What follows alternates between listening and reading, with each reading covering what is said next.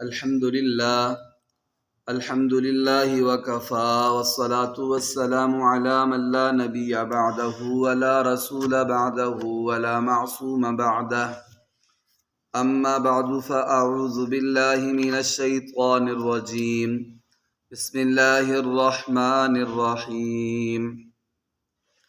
وَأَذِّنْ فِي النَّاسِ بِالْحَجِّ يَأْتُوكَ رِجَالًا وَعَلَى كُلِّ ضَامِرٍ يَأْتِينَ مِنْ كُلِّ فَجٍّ عَمِيقٍ لِيَشْهَدُوا مَنَافِعَ لَهُمْ صَدَقَ اللَّهُ الْعَظِيمُ وَصَدَقَ رَسُولُهُ النَّبِيُّ الْكَرِيمُ الْأَمِينُ الرَّؤُوفُ الرَّحِيمُ۔ میرے معزز سامعین و ناظرین اکرام، آج کے اس درس قرآن میں نے آپ کے سامنے سورۃ الحج 17واں پارہ آیت نمبر 26، آیت نمبر 26 اور آیت نمبر 27 کا ایک تھوڑا سا حصہ تلاوت کیا ہے۔ ان آیات کے اندر گزشتہ درس میں اس بات کا ذکر تھا کہ اللہ تعالیٰ نے حضرت ابراہیم علیہ السلام کو خانہ کعبہ شریف کی جگہ پر آباد فرمایا۔ جب نوح علیہ السلام کے دور میں طوفان آیا تھا، پانی کا عذاب آیا تھا، تو خانہ کعبہ شریف کی عمارت ختم ہو گئی تھی، لیکن جو نشان تھے اس کے وہ باقی تھے۔ جب طوفان وغیرہ ختم ہو گیا، جب حضرت ابراہیم علیہ السلام کا دور آیا تو اللہ تعالیٰ نے حضرت ابراہیم علیہ السلام کو اسی جگہ پر آباد فرمایا اور یہ فرمایا کہ یہاں پر میرا گھر خانہ کعبہ شریف تعمیر کریں۔ حضرت ابراہیم علیہ السلام نے جب تعمیر کیا تو پھر اللہ تعالیٰ نے چند حکم دیے حضرت ابراہیم علیہ السلام کو، جن میں سے 2 حکم گزشتہ درس میں گزرے تھے۔ ایک یہ تھا کہ اللہ تشرک بی شیئا، کہ میرے ساتھ ذرہ برابر کسی چیز کو شریک نہیں ٹھہرانا۔ پہلا حکم حضرت ابراہیم علیہ السلام کو اللہ تعالیٰ نے یہ دیا کہ کسی کو میرے ساتھ ذرہ برابر بھی شریک نہیں ٹھہرانا ہے، خود بھی اور دوسروں کو بھی یہی دعوت دیں۔ دوسرا حکم یہ دیا حضرت ابراہیم علیہ السلام کو کہ وَطَّاهِرْ بَيْتِيَ لِلطَّائِفِينَ وَالْقَائِمِينَ وَرُكَّعِ السُّجُودِ، یہ جو میرا گھر خانہ کعبہ بیت اللہ آپ نے بنایا ہے، اس کو پاک صاف رکھیں، ظاہری گندگیوں سے بھی پاک رکھیں اور باطنی گندگیوں سے بھی پاک رکھیں۔ کس کے لیے؟ طواف کرنے والوں کے لیے، نماز میں قیام کرنے والوں کے لیے، رکوع سجدہ کرنے والوں کے لیے، اس کو صاف ستھرا رکھیں، پاک رکھیں۔ آج جو میں نے آپ کے سامنے آیت تلاوت کی ہے سورۃ الحج آیت نمبر 26، اس میں اللہ تعالیٰ ایک تیسرا حکم جو حضرت ابراہیم علیہ السلام کو دیا اس کا ذکر فرماتے ہیں۔ اور تیسرا حکم کیا دیا؟ تیسرا حکم یہ دیا، اللہ تعالیٰ نے فرمایا حضرت ابراہیم علیہ السلام کو کہ اے میرے پیارے ابراہیم، آپ لوگوں میں اعلان کر دیں کہ اے ایمان والو، جن کو طاقت ہو ان پر اس گھر کا خانہ کعبہ شریف کا حج فرض ہے۔ وَأَذِّنْ فِي النَّاسِ بِالْحَجِّ، آپ لوگوں میں حج کا اعلان کریں، جن کو طاقت ہو حج کرنے کی تو ان پر کیا ہے جی، خانہ کعبہ شریف کا حج فرض ہے۔ اب یہ اعلان حضرت ابراہیم علیہ السلام نے کہاں پر کیا؟ پہلی بات تو یہ کہ جب حضرت ابراہیم علیہ السلام کو اللہ تعالیٰ نے کہا کہ آپ یہ اعلان فرمائیں، تو حضرت ابراہیم علیہ السلام نے فرمایا یا اللہ، یہاں تو جنگل ہے، یہاں تو پہاڑ ہے اور یہاں پر کچھ بھی آبادی نہیں ہے، تو میں اعلان کروں گا تو یہ آبادی تک، لوگوں تک میرا اعلان کیسے پہنچے گا؟ لوگوں تک تو اعلان نہیں پہنچے گا، نہ سپیکر، نہ کوئی فون، نہ کوئی ایسی کوئی اور چیز، تو یہ میرا اعلان لوگوں تک کیسے پہنچے گا؟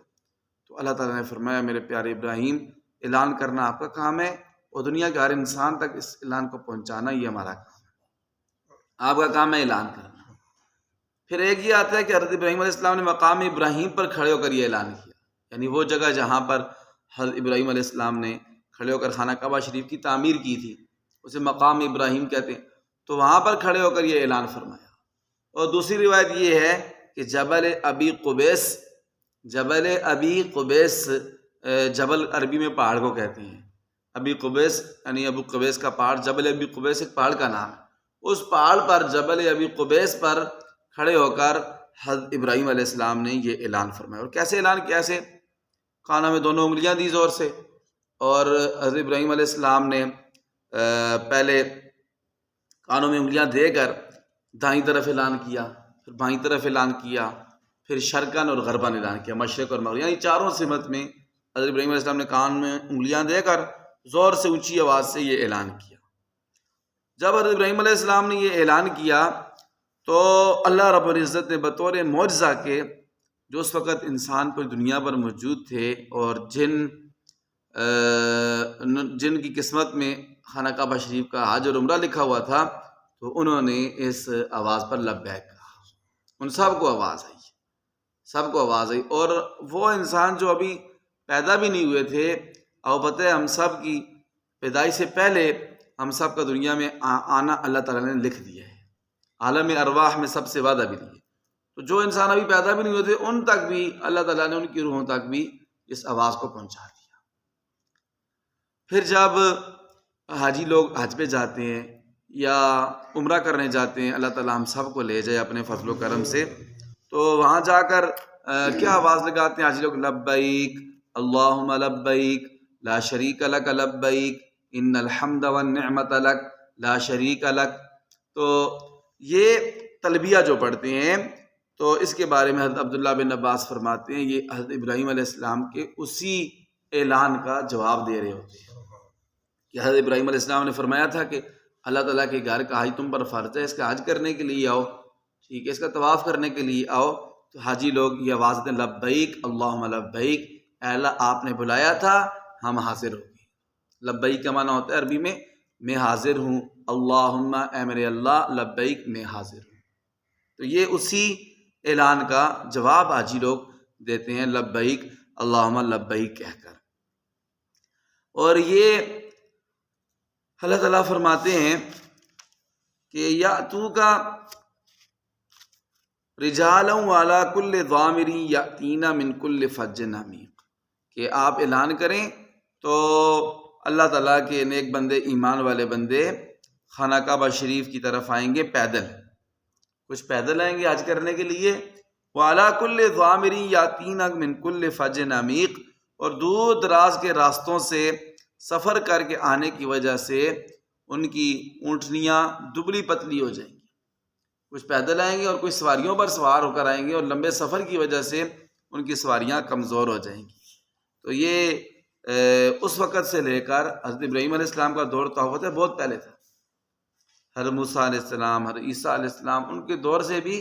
پہلے حضرت ابراہیم علیہ السلام کا دور گزرا ہے۔ ان کے بعد جتنے بھی نبی آئے اور جتنی بھی ان کی امتیں تھیں، وہ ساری کی ساری اس خانہ کعبہ شریف کا، بیت اللہ شریف کا حج کرنے آتی تھی، یہاں تک حضرت عیسیٰ علیہ السلام جو ہمارے پیارے نبی صلی اللہ علیہ وسلم سے پہلے نبی گزرے ہیں، تو ان کے بعد بہت زمانے تک کوئی نبی اللہ تعالیٰ نے نہیں بھیجے۔ اس دور کو کہتے تھے دور جاہلیت، یعنی بہت عرصہ ایسا گزر گیا کہ کوئی نبی تشریف نہیں لائے۔ تو اس دور میں بھی لوگ خانہ کعبہ شریف کا حج کرنے کے لیے آتے تھے، طواف کرنے کے لیے آتے تھے، حتیٰ کہ جو مشرکین مکہ تھے، مکہ کے مشرک تھے، وہ اللہ تعالیٰ کے ساتھ شریک ٹھہراتے تھے، لیکن وہ بھی خانہ کعبہ شریف کی خدمت کرتے تھے، وہ خود بھی طواف کرتے تھے اور جو لوگ طواف کرنے آتے تھے، حج کرنے آتے تھے، ان کی خدمت بھی کرتے تھے۔ تو یہ اللہ تعالیٰ نے جو حضرت ابراہیم علیہ السلام کو اعلان کا کہا، اس اعلان کا یہ اثر ہے کہ اس وقت سے لے کر آج تک لوگوں کے دلوں کے اندر جو خانہ کعبہ شریف کی محبت ہے اور جانے کا دل کرتا ہے، وہاں حاضری دینے کا دل کرتا ہے، یہ سارا حضرت ابراہیم علیہ السلام کی اس دعا کا اثر ہے جو انہوں نے مانگی تھی اللہ تعالیٰ سے۔ لِيَشْهَدُوا مَنَافِعَ لَهُمْ، اب یہاں سے اللہ تعالیٰ حج اور عمرے کے فوائد کو ذکر کرتے ہیں۔ سب سے پہلا فائدہ اللہ تعالیٰ یہ ذکر فرماتے ہیں کہ جو حج اور عمرہ کرنے جائیں گے وہ اپنی آنکھوں سے حج اور عمرے کے بہت سارے فائدے دیکھیں گے۔ یہاں لفظ منافع ذکر کیا اللہ تعالیٰ نے، منافع عربی میں یہ نکرہ ہے، اور نکرہ جو ہوتا ہے اس میں ہر قسم کا فائدہ آ جاتا ہے، وہ عام ہوتا ہے، نکرہ عام ہوتا ہے، اس میں ہر قسم کا فائدہ ہوتا ہے۔ دینی فائدہ تو ہے ہی ہے، دینی فائدہ کیا ہے؟ حج کرنے کا بہت سارے فائدے ہیں، دینی فائدے۔ ایک دینی فائدہ یہ ہے، حدیث پاک میں آتا ہے اللہ اکبر، کہ جو بندہ اللہ تعالیٰ کی رضا کے لیے حج اور عمرہ زیادہ کرتا ہے، اللہ تعالیٰ اس کے افلاس اور محتاجی کو دور کر دیتے ہیں۔ دوسرا فائدہ دینی یہ حدیث پاک میں آتا ہے، حضرت ابو ہریرہ رضی اللہ تعالیٰ عنہ کی روایت ہے کہ جس نے اللہ تعالیٰ کی رضا کے لیے حج کیا اور حج یا عمرے کے دوران بے حیائی کی کوئی بات نہیں کی، گناہ کے کوئی کام نہیں کی، اپنے آپ کو بچاتا رہا گناہوں سے حج کے دوران، تو فرمایا یہ حج سے جب واپس آئے گا ایسے گناہوں سے پاک ہو جائے گا گویا یہ ابھی دنیا میں تشریف لایا ہے، ابھی دنیا میں آیا، اپنی والدہ کے پیٹ سے ابھی پیدا ہوا ہے، اس طرح گناہوں سے پاک اور صاف ہو جائے گا۔ اور ایک یہ بھی ہے دنیاوی فائدہ اس کا یہ ہے کہ حج پر جو رقم خرچ کی جاتی ہے تو اللہ تعالیٰ حج پر رقم خرچ کرنے والے کو کبھی اللہ تعالیٰ محتاج نہیں کرتے، کسی کا محتاج نہیں کرتے، کبھی وہ فقیر نہیں ہوتے، غریب نہیں ہوتا ہے حج اور عمرہ کرنے کی وجہ سے۔ اور اس کے علاوہ بھی جو لوگ جاتے ہیں، بعض لوگ ایسے بھی ہوتے ہیں وہ کاروبار بھی کرتے ہیں، اور باقی بھی دیکھیں جب ایک بندہ حج عمرے پر جاتا ہے کتنی چیزیں وہ خریدتا ہے اور واپس آتے وقت کتنی چیزیں خریدتا ہے، تو وہ سب کا اس میں دنیاوی فائدہ بھی ہے، اس کا اللہ تعالیٰ نے ذکر فرمایا ہے۔ اس کے بعد اللہ تعالیٰ ذکر فرماتے ہیں وَيَذْكُرُ اسْمَ اللَّهِ فِي أَيَّامٍ مَّعْلُومَاتٍ عَلَىٰ مَا رَزَقَهُم مِّن بَهِیمَةِ الْأَنْعَامِ کہ حاجی لوگ اللہ تعالیٰ کی رضا کے لیے قربانی کرتے ہیں خاص دنوں میں۔ اس کا انشاءاللہ اس کی جو تفسیر ہے وہ کل کے درس میں ذکر کریں گے۔ تو آج کے درس کا خلاصہ یہ ہے کہ جب حضرت ابراہیم علیہ السلام نے اللہ تعالیٰ گھر بنا لیا تو اللہ تعالیٰ نے فرمایا کہ اے ابراہیم آپ حج کا اعلان کر دیں، تو دور دراز سے لوگ آئیں گے، کوئی پیدل آئیں گے، کوئی سواریوں پہ سوار ہو کر آئیں گے۔ جب حضرت ابراہیم علیہ السلام نے یہ اعلان کیا تو اللہ تعالیٰ نے اس وقت کے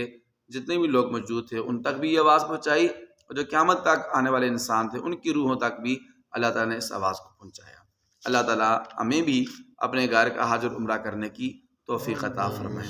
اب اس آیت کا ترجمہ سماعت فرمائیں۔ اعوذ باللہ من الشیطان الرجیم، میں اللہ تعالیٰ کی پناہ میں آتا ہوں شیطان مردود کے شر سے۔ بسم اللہ الرحمن الرحیم، میں شروع کرتا ہوں اللہ تعالیٰ کے نام سے جو نہایت مہربان بڑا رحم کرنے والا ہے۔ وَأَذِّن فِي النَّاسِ بِالْحَجِّ، اے پیارے ابراہیم لوگوں میں حج کا اعلان کر دیں۔ یاتوک رجالاً، وہ لوگ آئیں گے آپ کے پاس رجالاً پیدل، وعلی کل ضامر، اور ہر ایسی سواری پر یاتین من کل فج عمیق،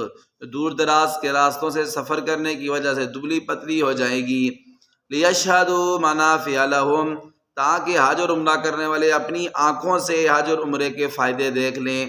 وَيَذْكُرُ اسْمَ اللَّهِ فِي أَيَّامٍ مَّعْلُومَاتٍ، اور اللہ تعالیٰ کا نام لیں، اللہ کا ذکر کریں معلوم دنوں میں، عَلَىٰ مَا رَزَقَهُم مِّن بَهِیمَةِ الْأَنْعَامِ، جو اللہ تعالیٰ نے ان کو جانور دیے ہیں ان پر اللہ تعالیٰ کا نام لے کر ان کو قربان کریں۔ فَكُلُوا مِنْهَا، اے ایمان والو تم خود بھی کھاؤ ان جانوروں کا گوشت، وَأَطْعِمُوا الْبَائِسَ الْفَقِيرَ، اور غریبوں مسکینوں کو بھی وہ گوشت کھلاؤ۔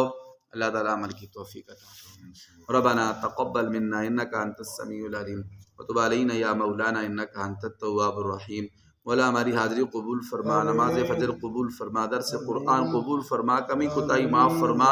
مرد دم تک استقامت نصیب فرما، گناہوں کی نوسط کی وجہ سے نیک اعمال سے محروم نہ فرما۔ جتنے بھی ایمان والے فوت ہو چکے ہیں خاص کر ہمارے والدین میں سے، ہمارے آباء و اجداد میں سے، ان کی بخشش فرما، بیماروں کو شفا عطا فرما،